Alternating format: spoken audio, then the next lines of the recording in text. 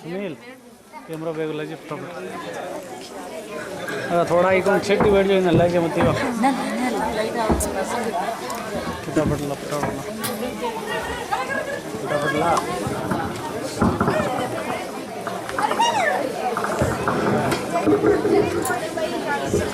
स्वागत है एक बार आपका स्वागत है एक बार स्वागत है कई बार आपका स्वागत है कई बार दूर देश से आप पधारे दूर देश से आप पधारे सही सही कष्ट पार आपका स्वागत है कई बार स्वागत है कई बार आपका स्वागत है कई बार हृदय बिछाए चरण जमाए हृदय बिछाए चरण जमाए रही रही करत पुकार आपका स्वागत है कई बार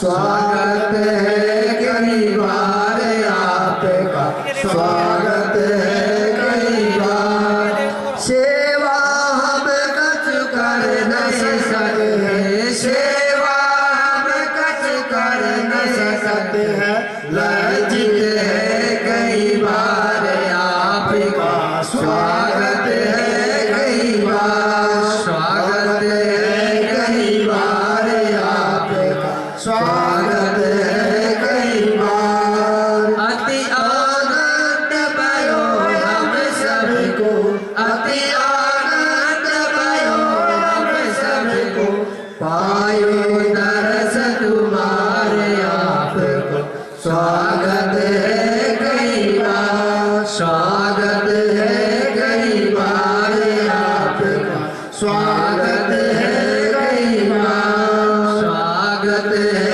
कई बार आपका स्वागत है कई बार बोलिए सतगुरुदेव की जय हो बोलिए सनातन धर्म की जय हो संत समाज की जय हो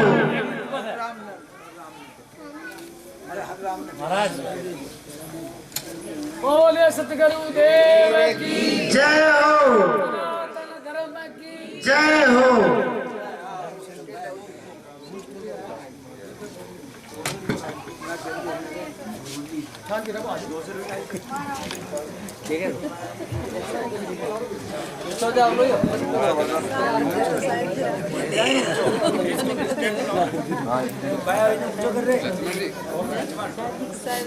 और ऊंचा ले लो नुकाने ले लो ढीलो करो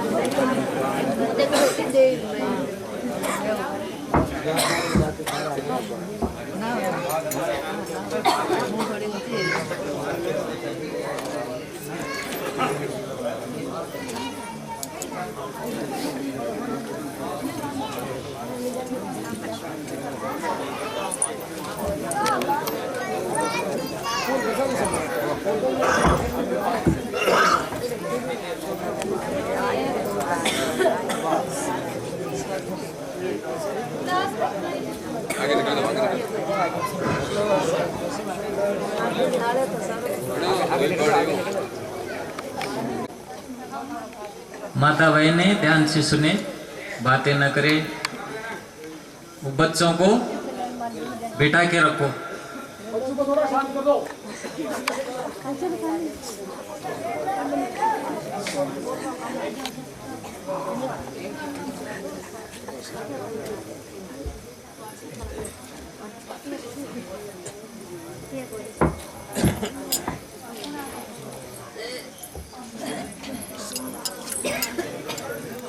अब आप बैठ जाएंगे, ध्यान से सुनेंगे, फिर बाद में करना है।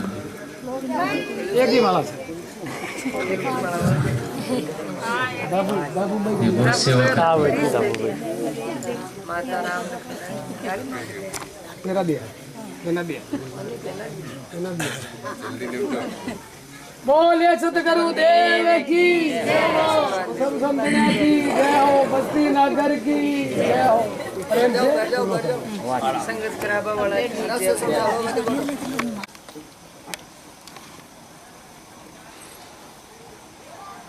जीवन में धोखा किसको नहीं मिलता है? जिसका चित्त चोखा होता, मन निर्मल होता और बुद्धि उत्तम और धैर्य धारण करने वाली होती है। जिसको सद्गुरु कबीर के विचार मिल गए, उसको जीवन में कभी धोखा नहीं मिलता।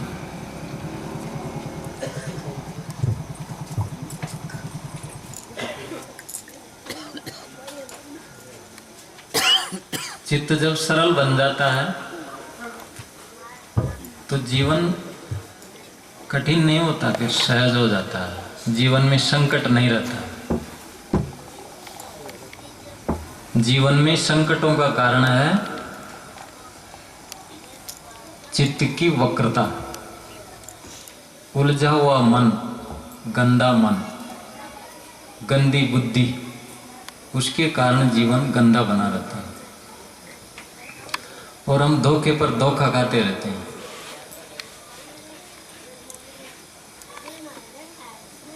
जीवन को सही तरीके से समझ लेने पर फिर धोखा नहीं खाते हैं। जीवन को शुरुआती दौर में समझने में भूलें हो जाती है, शुरू में ही भूल हो जाती है और ऐसी ऐसी भूलें हो जाती है कि उनका खामियाजा जिंदगी भर भुगतना पड़ता है। अगर आदमी जीवन के उठान में ही समझ जाए तो उसका जीवन फूल जैसा सुगंधित हो जाएगा, लेकिन शुरुआती दौर में बहक जाता है। जब संभलने का समय हो जाता है तभी फिसल जाता है।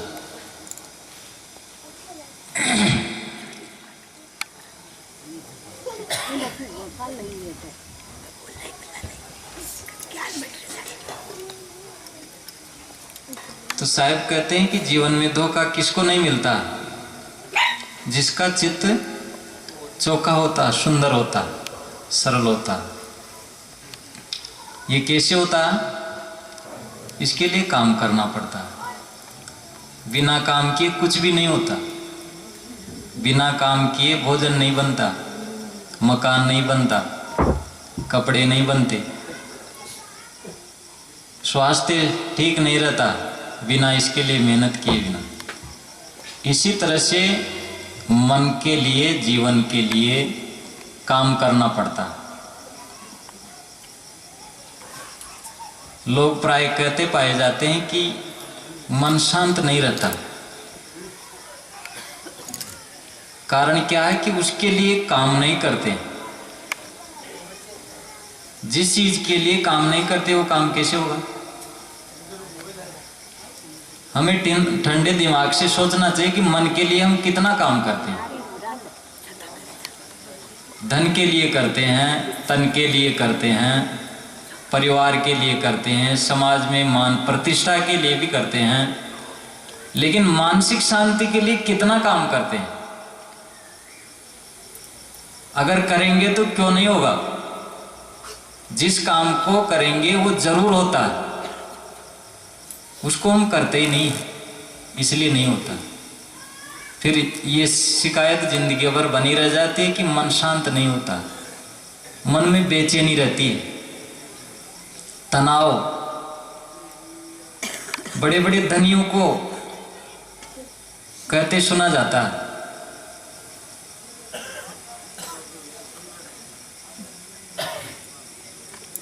अभी कल परसों एक दिन एक जगह से फोन आया, फरीदाबाद हरियाणा से। वो वकील है पेशे से, धनी खूब है, करोड़पति व्यक्ति है, लेकिन वो जब जब भी बेचैन होता है फोन करता है। वो मन की स्थिति बताता है कि मेरा मन इतना तनाव में है साहब जी कि बदोशी में जीता आदमी। संसार में ध्यानपूर्वक बोलेगा, ध्यानपूर्वक पहनेगा, ध्यानपूर्वक चलेगा, एक एक वाणी वो ध्यानपूर्वक निकालेगा। वो कभी भी कटु शब्द उसके मन में से नहीं निकलेगा, क्योंकि वो ध्यान से जीता जिंदगी को।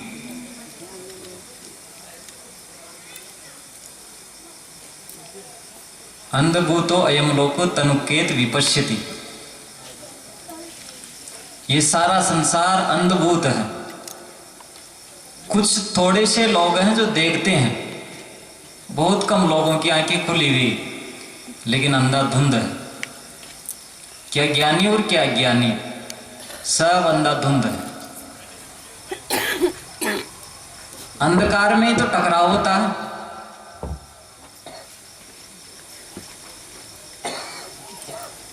अभी ये बिजली चली जाए और हम इधर उधर चलने लगे तो टकराएंगे आपस में, अंधकार है ना। इसलिए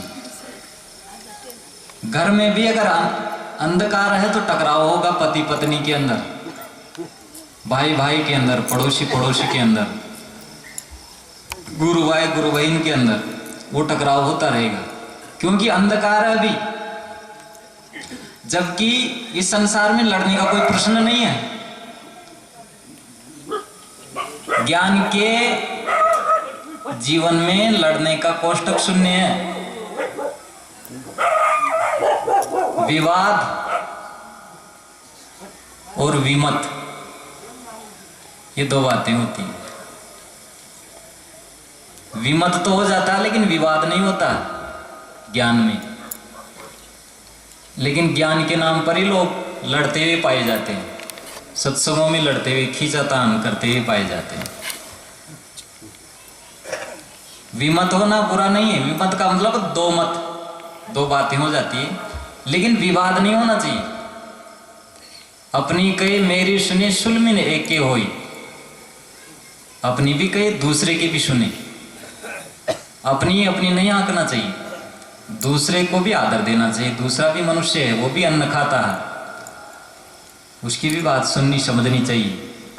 वो चाहे छोटा बच्चा हो, चाहे बहू हो, चाहे सास हो, चाहे पिता हो, सबको आदर देना चाहिए। हम आज जिसका निरादर करेंगे, कल वो हमारा निरादर करने के लिए पावरफुल हो जाएगा। किसी जीव को छोटा न समझो। किसी जीव को छोटा समझ के निरादर करेंगे तो जब उसकी बारी आएगी, हम छोटे हो जाएंगे, वो ऊपर हो जाएगा। एक दिन बाप ऊपर रहता है, लेकिन एक दिन ऐसा होता है कि बाप नीचे हो जाता है, बेटा ऊपर हो जाता है, उसको उसकी सुनना पड़ता है। मछलियां होती है ना तालाब में, तो मछलियां चींटियों को खाती है। तालाब में जब पानी रहता है उसमें चींटियां रहती है, तो मछलियां चींटियों को खाती रहती है। लेकिन एक दिन तालाब का पानी सूख जाता, तो मछलियां तड़फड़ाती है। अब चींटियों की बारी आती है, चींटियां फिर मछलियों को खाने लग जाती है। नंबर सबका आता है, क्या छोटा है क्या बड़ा है, क्या गरीब क्या धनी, क्या निर्धन, क्या ऊंचा क्या नीचा। केवल बारी का इंतजार है सबका, बारी बारी सबका इंतजार। इसलिए कभी किसी जीव को छोटा समझकर दबाओ सताओ मत। कोई कम समझता है, कम बुद्धि है, तो उसको सहृदयता से सहयोग देना चाहिए, समझाना चाहिए। विवाद के लिए कोई प्रश्न नहीं है जीवन में। गुजरात में एक लेखक हुए रमन भाई देसाई, उनके एक मित्र थे, वो भी अच्छे विद्वान थे, लेकिन क्या वो थोड़े तेज तर्रार थे। वो घर में शांति से नहीं रहते थे। बाहर तो बड़ी उनकी शोहरत थी, बड़ा रुतबा, बड़ा सम्मान, लोगों से बड़े प्रेम से बात करते थे। ये दोगलापन होता है आदमी के स्वभाव में। बाहर वालों से तो बढ़िया सुंदर व्यवहार करेगा, घर से बाहर निकलेगा राम राम करेगा, लेकिन घर में आते ही थानादार बन जाएगा। तो ये नहीं होना चाहिए। घर बाहर अंदर बाहर सब जगह ही सम। इस संसार में हम पौने हैं थोड़े दिन के लिए, ज्यादा दिन के लिए नहीं है जिंदगी। जाको जाना उत घरा सो क्यों जोड़े मित्र। ध्यान दीजिए, बहुत गंभीर साखी है सदगुरु की। जाको जाना उत घरा सो क्यों जोड़े मित्र। जैसे परगर पावना रहे उठाए चित्त। यहां पर चित्त पसाने की जगह नहीं है बिल्कुल भी। चित्त उठा के रखो, क्योंकि कभी भी जनाजा उठ सकता है। वो दिन और रात आज जैसी होगी जिस दिन हमारा जनाजा उठेगा, जिस दिन हम जला दिए जाएंगे, गाड़ दिए जाएंगे, वो आज जैसा ही दिन होगा। लोग फिर हमको कहेंगे आज वो भी चल दी। जैसे हम दूसरों के लिए याद करते हैं कि वो आज चले गए, आज चले गए, वो चला गया, वो मर गया, ऐसे ही हमारे लिए लोग कहेंगे।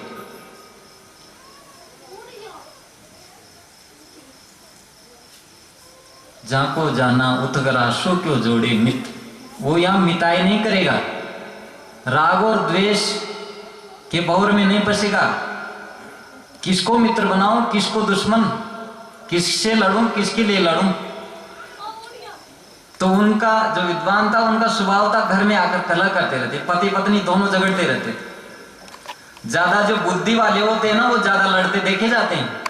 सरल आदमी बड़े प्रेम से रह जाएंगे, लेकिन जो बनिया बुद्धि होते हैं ना, नुक्ताचीनी करते रहते छोटी छोटी बातों में, उसी में लड़ते रहते हैं। तो विद्वान क्या घर में आकर के अपनी पत्नी से लड़ते रहते थे, परेशान करते थे। तो रमन भाई देसाई वहां पर मिलने आए उनसे कि साहब कहाँ है। तो उनकी पत्नी बोली कि तुम्हारे साहब तो गए हैं गांव, 2 दिन बाद आएंगे, और आओ बैठो थोड़ा, तुम्हारे साहब को समझा देना, वो बड़े ज्ञानी बनते हैं, लेकिन वो घर में आकर के कलह करते रहते हैं, शांति से नहीं रहते हैं।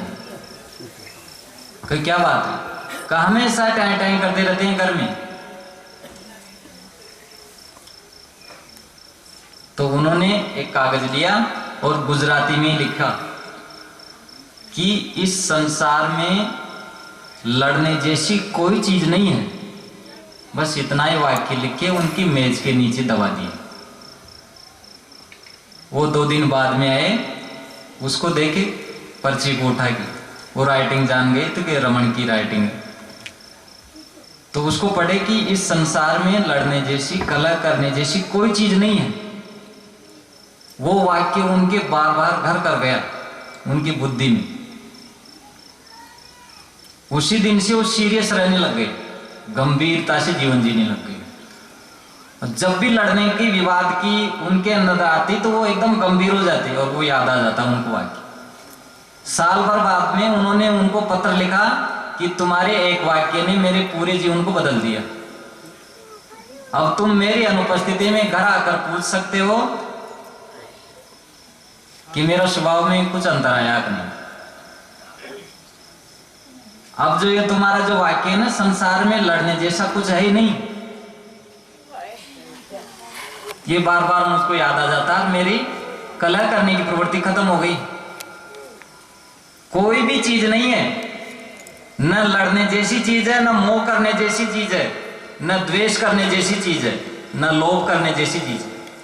खिंचाव और तनाव, 2 बातों में आदमी बड़ा फंसा रहता, या तो खिंचता रहता है, हाय कैसा मकान है, कैसा सुंदर लड़की या लड़का है, खिंचता रहता मन, कैसा भोजन, कैसा स्वाद, कैसा कपड़ा, कैसा रुपया, कैसी बिल्डिंग, कुछ भी नहीं है मिट्टी गोबर के अलावा। मिट्टी के पुतले हैं ये सब, चामड़ा की पुतली भजन कर ले, भजन के लिए मिला ये जीवन, मोह करने के लिए नहीं मिला। सबके शरीरों में एक जैसी गंदगी भरी हुई है। ब्राह्मण का शरीर कोई सोने का नहीं बना रहता, जिसको ब्राह्मण कहते हैं तथाकथित। जिसको शूद्र कहते हैं वो कोई अलग चीज से नहीं बना। इसलिए सदगुरु ने सरेआम फटकारा सबको। कारे बड़े कुल उपजे जोरे बड़ी बुदिनाई, जैसे फूल उजाड़ का मिथ्या लग झर जाए। क्या हुआ रे बड़े कुल में उत्पन्न होने से? अगर तुम्हारे में बड़ी बुद्धि नहीं है तो, गंभीरता ही नहीं है, विवेक ही नहीं है तो क्या हुआ बड़े कुल में उत्पन्न होने से? जैसे फूल उजाड़ का मिथ्या लग झर जाए, जैसे उजाड़ में फूल लगे मिथ्या ही झड़ जाए। तेरा बड़ापन क्या काम आया? बड़ा तो हो जो दूसरों के लिए कुछ करे। बड़ा उसे ही माना जाता है कि जिससे हर आदमी मिलके बड़प्पन महसूस करे। ये ध्यान दीजिए, व्यवहार में जब भी हमसे कोई मिले तो अपने को छोटा न समझ ले। हर आदमी अपने आप में महान मूर्ति है, भगवान है, बादशाह है। आप अपने आप में मोदी हो, आप मोदी से बिल्कुल भी कम नहीं हो, बल्कि ज्यादा ही हो। राजा हो, आप बादशाह हो। इसको पहचानते नहीं, बादशाह को जगाते नहीं है। हमारा बादशाह सोया हुआ।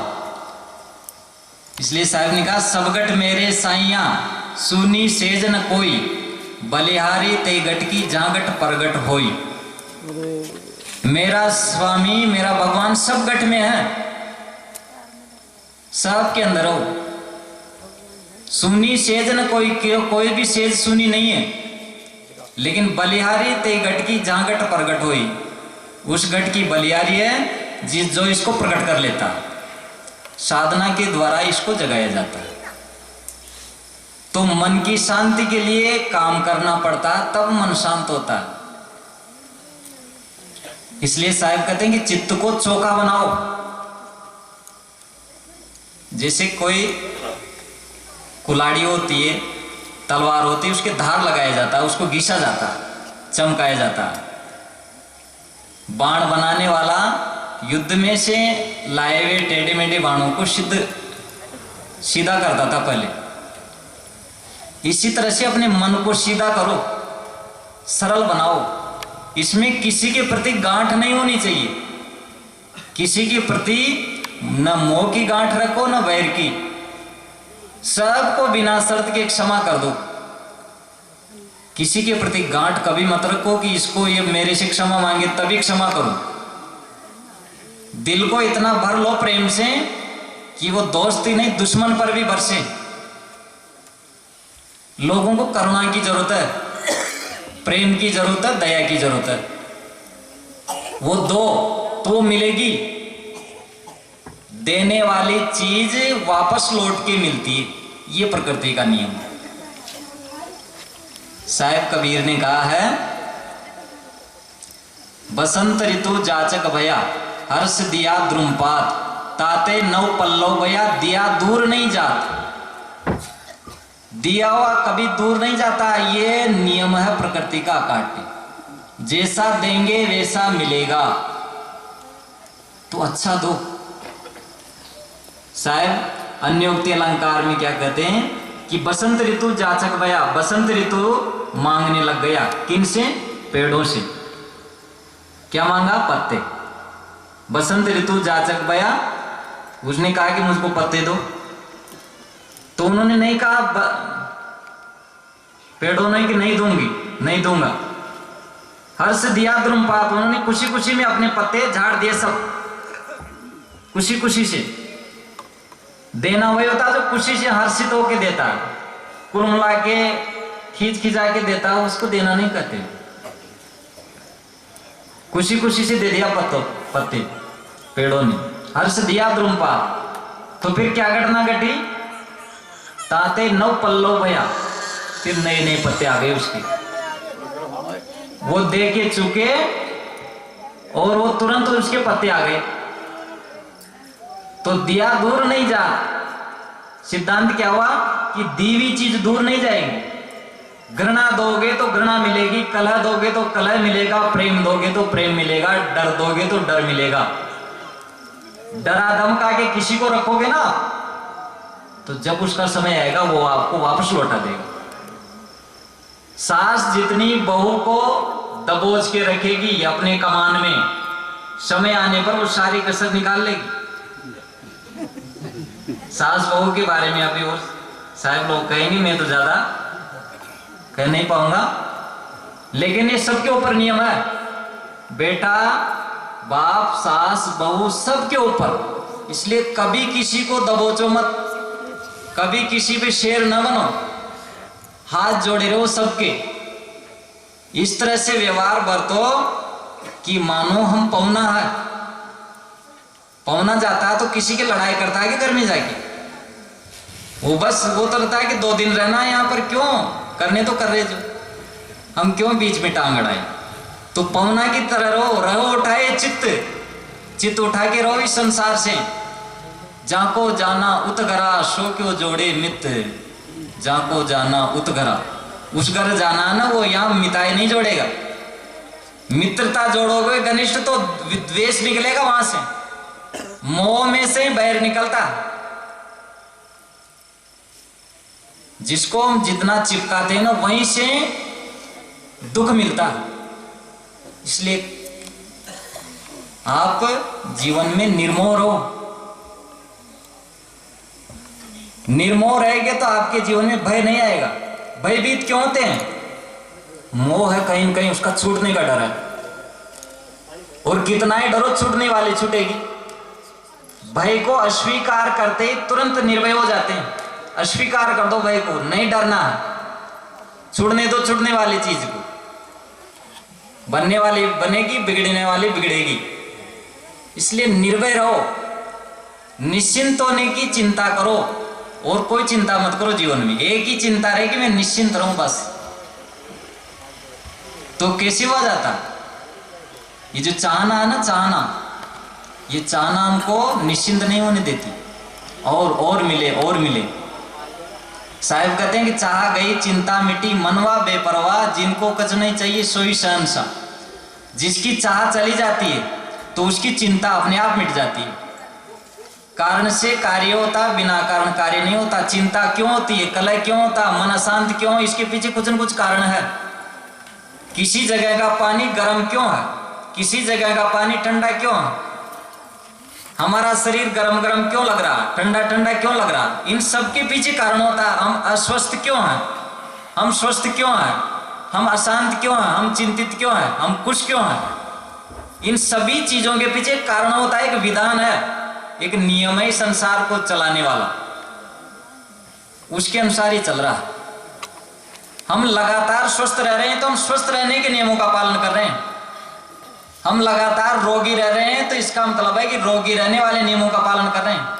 हम लगातार चिंतित हैं तो इसका मतलब है कि चिंता वाले कारणों का पालन कर रहे हैं।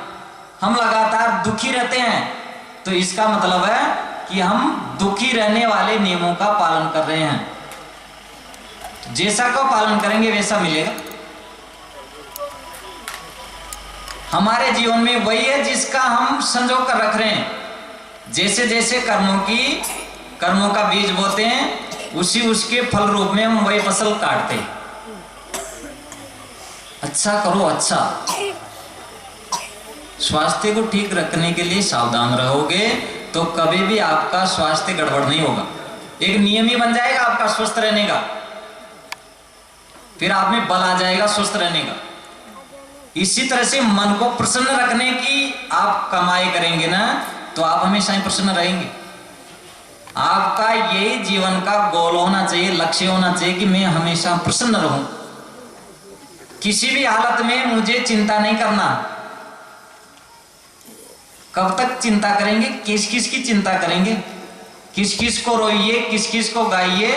निश्चिंतता बड़ी चीज है, मुख ढांक के सोइए, कवि ने कहा। किस किस को रोइएंगे, किस किस को गाएंगे?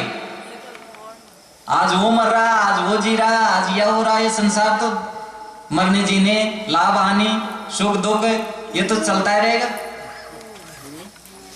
अगर हम चाहें कि दूसरा बिल्कुल मेरे बस में रहे तब मैं खुश रहूंगा, तो ये तो कभी नहीं हो पाएगा, कभी नहीं हो पाया। ये संसार किसी के बस में नहीं हुआ। राम को भी दुख देने वाले रहे हैं जिनको भगवान कहते हैं, तो फिर आप और हमको कौन नहीं देगा? इसलिए सुख रहने का सुखी रहने का एक ही मूल मंत्र है कि मन को स्वश कर लो बस। पूरे है वे मर्द जो हर हाल में खुश है, हर हाल में खुश रहे, कभी किसी बात को लेकर के व्यथित और विलाप ना करे। एक वैज्ञानिक हुए एडिसन, उनका बहुत बड़ा कारखाना था बिजली का। तो उसमें एक बार क्या हुआ, उनके कारखाने में आग लग गई। आग लग करके बहुत करोड़ों का उसमें माल डाल था, मशीनें थी, सब कुछ था, वो सब जल गए। और उसके साथ साथ उसके जो कीमती कागजों के सूत्र थे ना, खोज करने के, सूत्र बनाने के जो वैज्ञानिकों के होते हैं, वो सब जल के राख हो गए। अब उसको देख करके वो हंस रहे थे एडिसन, कारखाना जल गया और हंस रहे थे वो। अरबों रुपए का जिसका कारखाना जल जाए वो हंस रहा। उसका पुत्र आया भागा भागा कि डैडी आप हंस रहे, कुछ कर नहीं रहे, जल रहा। तो उसने कहा कि तुम भी आ जाओ और तुम्हारी मम्मी को भी बुलाओ, आओ ये नजारा देखते हैं, ये फिर देखने को नहीं मिलेगा। हम फिर से एक नया कारखाना लगाएंगे, फिर से नई खोज करेंगे। ये सब दृढ़ रखो मन को, हर हालत में मन को शांत और सुखी रखने का संकल्प रखो कि मैं सदैव प्रसन्न रहूंगा, तभी तो दूसरे को दे पाऊंगा।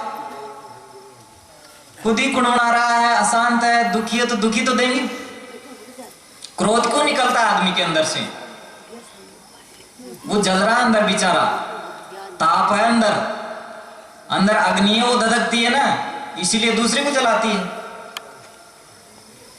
जो शांत हो गया, शीत भूत हो गया ना, वो कभी जलाएगा नहीं किसी को, वो सहलेगा, सहायगा नहीं, सहे बिना कहीं भी छुट्टी नहीं मिलेगी।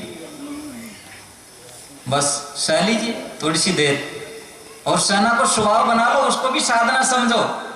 साधना केवल ये नहीं कि 1-2 मिनट, 1-2 घंटा बैठ गए भजन ध्यान में, वही साधना। सत्संग में बैठ गए, वही भजन है, वही साधना। हमेशा ही साधना समझो। बोलना, चलना, खाना पीना, व्यवहार बरतना भी, व्यवहार में आप इस तरह से बरतो कि जो मुझे मिल रहा है अनुकूल प्रतिकूल, वह भी साधना ही है, वो भी भक्ति है। 8 पैर चलती है भक्ति, 1 पैर नहीं चलती।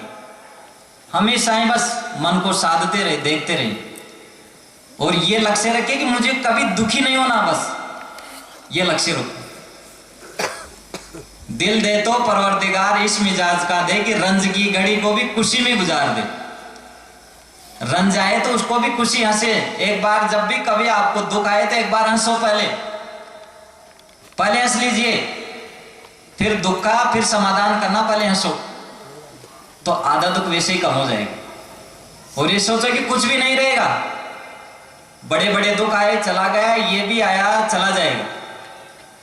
कभी कभी कोई शत्रु सामने आ गया, बड़ी भयंकर बात कर दिया, मौत की धमकी दे दिया, रोग आ गया, व्याधि आ गई, कोई एक्सीडेंट हो गया, परिजन ऐसे हो गया, सब निपट जाएगा, सब निपट जाएगा। थोड़ा धीरज रखो, शांति रखो, सब हो जाएगा। राग और द्वेष न बनने पाए, बस व्यवहार में ध्यान रखो, किसी से मोह न बनने पाए, किसी से बैर न बनने पाए। यही जीव को काटेगा, नहीं तो फिर हम क्या कहीं चिपक जाते हैं ज्यादा, या कहीं द्वेष कर लेते हैं, बहुत दूरी बना लेते हैं, या बहुत सट जाते हैं। न दूरियां बनाओ न सटो, उचित दूरी बनाए रखो। ट्रकों के पीछे लिखा रहता, उचित दूरी बनाए रखो।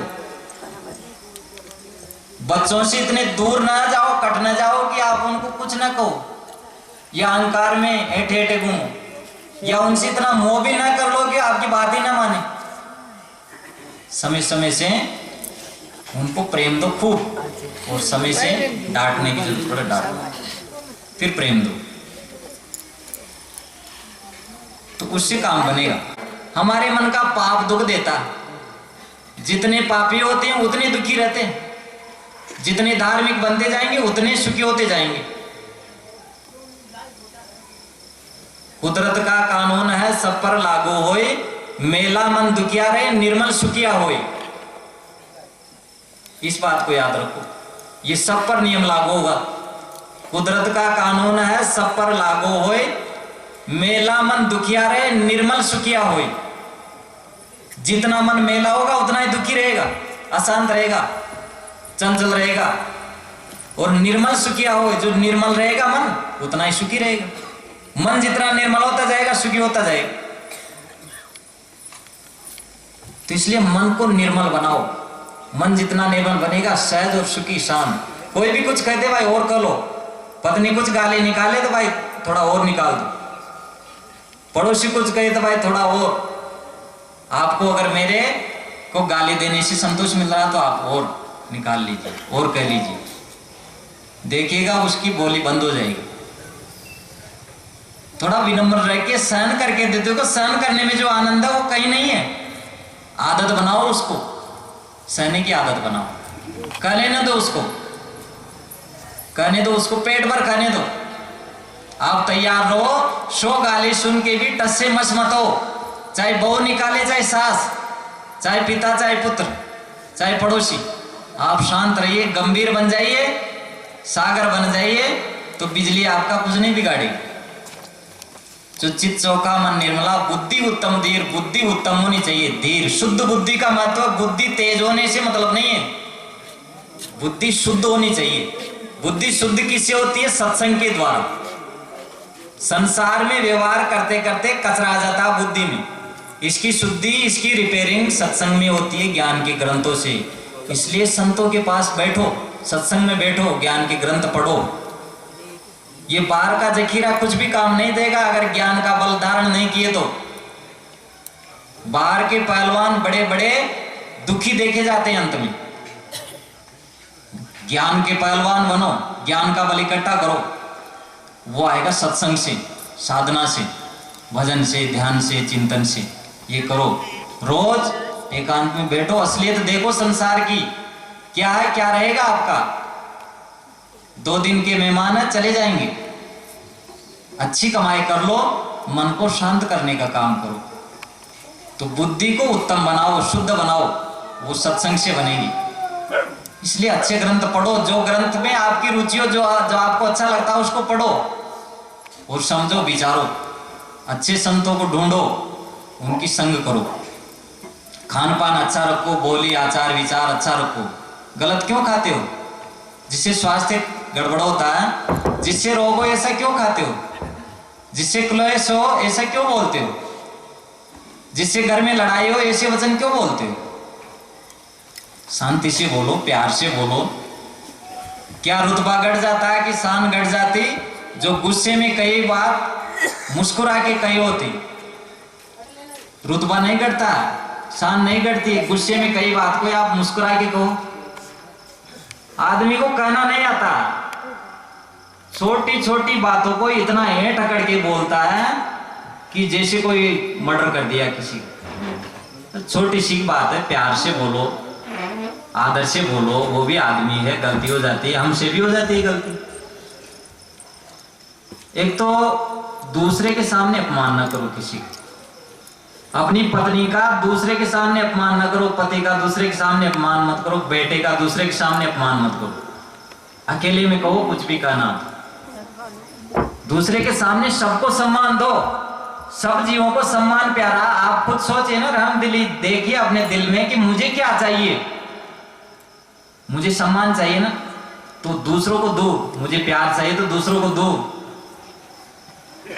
अब हम चाहते तो सम्मान है लेकिन अपमान करते हैं, चाहते मीठा वचन और कटु बोलते हैं।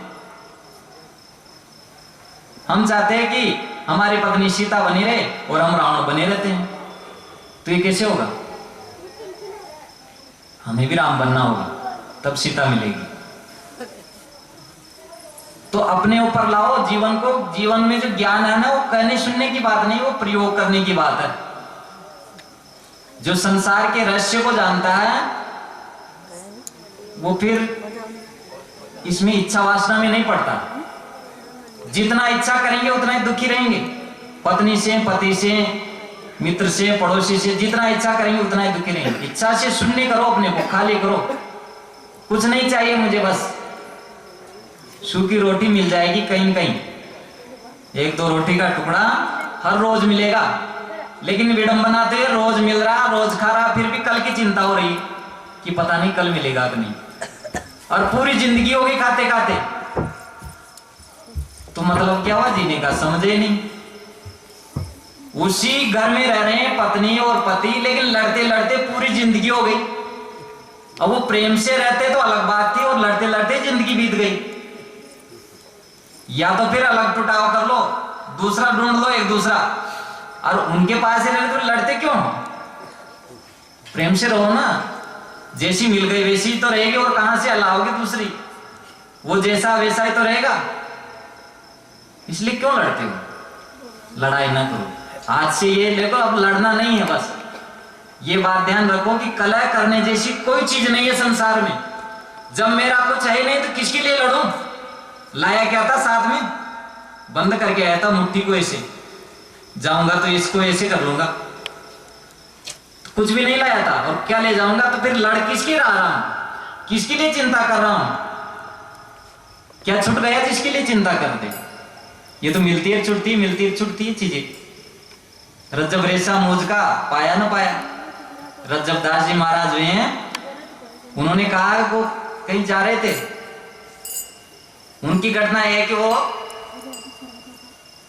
उनकी जब शादी हुई तो आ रहे थे वापस, तो दादू दयाल जी महाराज वहीं कहीं रहते थे। तो लोगों ने कहा भाई महात्मा चलो इनके ढोक प्रणाम करके चलते हैं। बारात सहित चले गए, वर वधू को ले गए ढुकाने।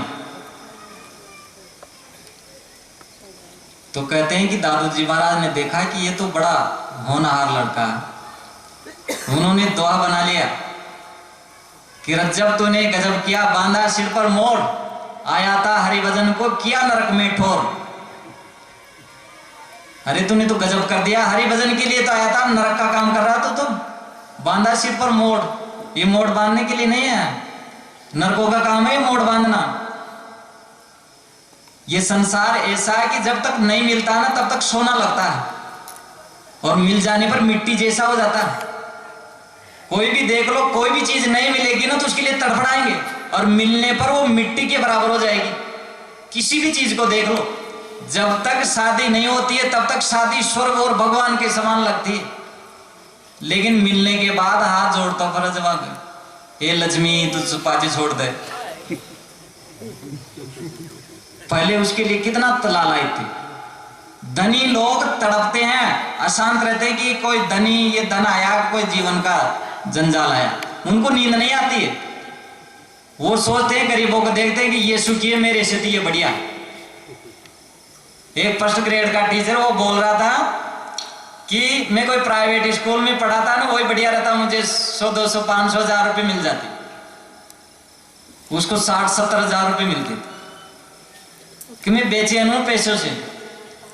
तो बाहर की चीजों से ऐसा लगता है कि ये मिल जाएगा तो बड़ा सुख मिलेगा, ऐसा हो जाएगा, नौकरी मिल जाएगी, मैं धनी हो जाऊंगा, मैं ऐसा हो जाऊंगा, बड़ा हो। वो होने पर भी वैसे रहेंगे, स्वभाव नहीं बदलेगा तो जैसे के तैसे ही रहेंगे।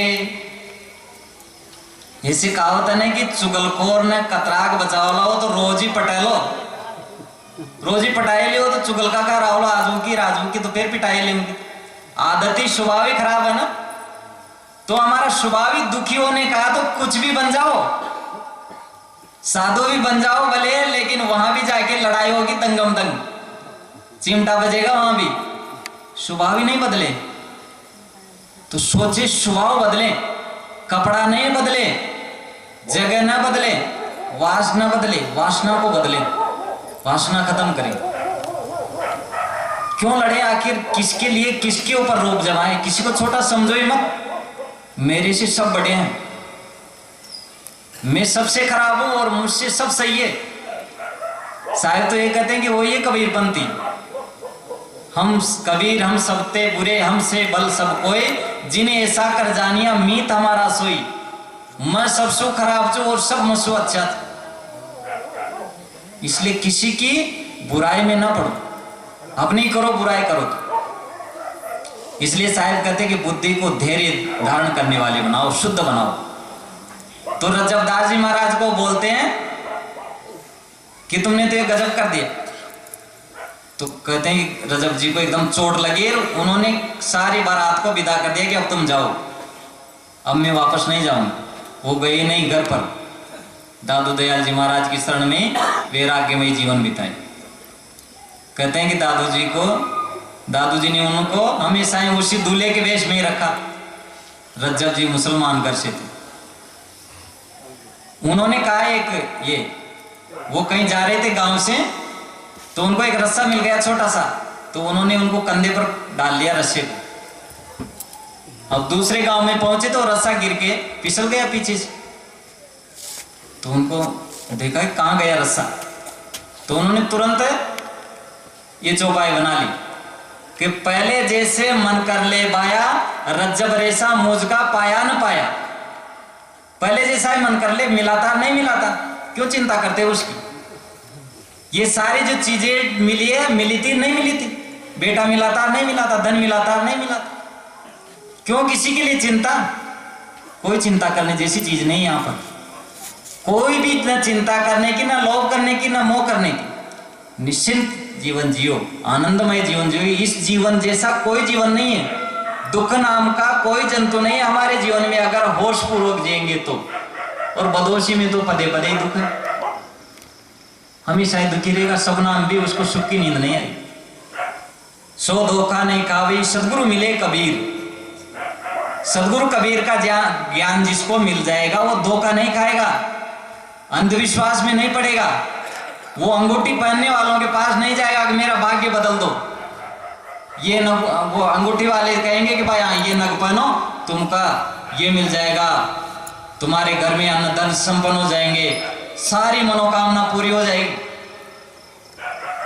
एक मजार पर गए थे, एक मौलवी कह रहा था कि यहाँ पर दर्शन करने जो आते हैं उनकी सारी मनोकामनाएं पूरी हो जाती है। अब वो मौलवी साहब से पलट के पूछ ले, भाई आपकी पूरी हुई कि नहीं मनोकामना। दूसरों को बांटते फिरते ये महात्मा और पंडित सुख को, और ये खोखले रहते हैं।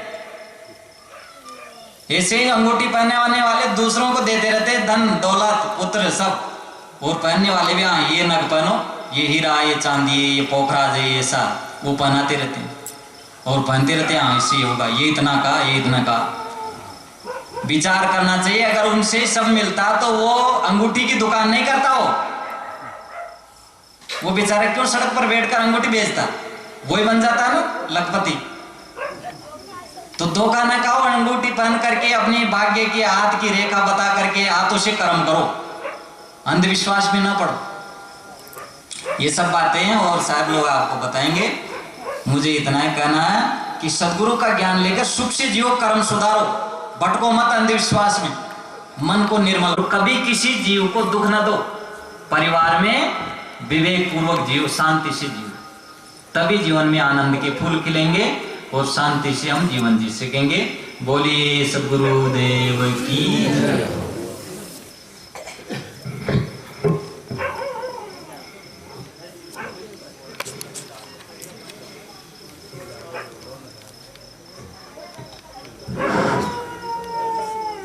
बोले सतगुरुदेव की। अभी अपन सुन रहे थे स्वामी जी के अमृत वचन। अब हम सुनेंगे संत श्री ज्योति साहब जी, गीता साहब जी से, मध्य प्रदेश से पधारे हैं। कितनी दूर से ऐसे दयालु संत, ऐसा सत्संग बार बार नहीं मिलता है। जो ये सत्संग करवा रहे हैं इनको भी बार बार धन्यवाद। कोई पैसा कहाँ खर्च करता है, कोई कहाँ करता है, कोई कहाँ करता है, कोई शादी में करता है, कोई मुक्ता में करता है, लेकिन इस जगह सत्संग में पैसा खर्च करना, ऐसा परिवार को बार बार धन्यवाद। बोले सतगुरुदेव की। अभी अपन सुनेंगे, बाद में पूरी रात्रि का सत्संग होगा संतों का वचन सुनने के बाद।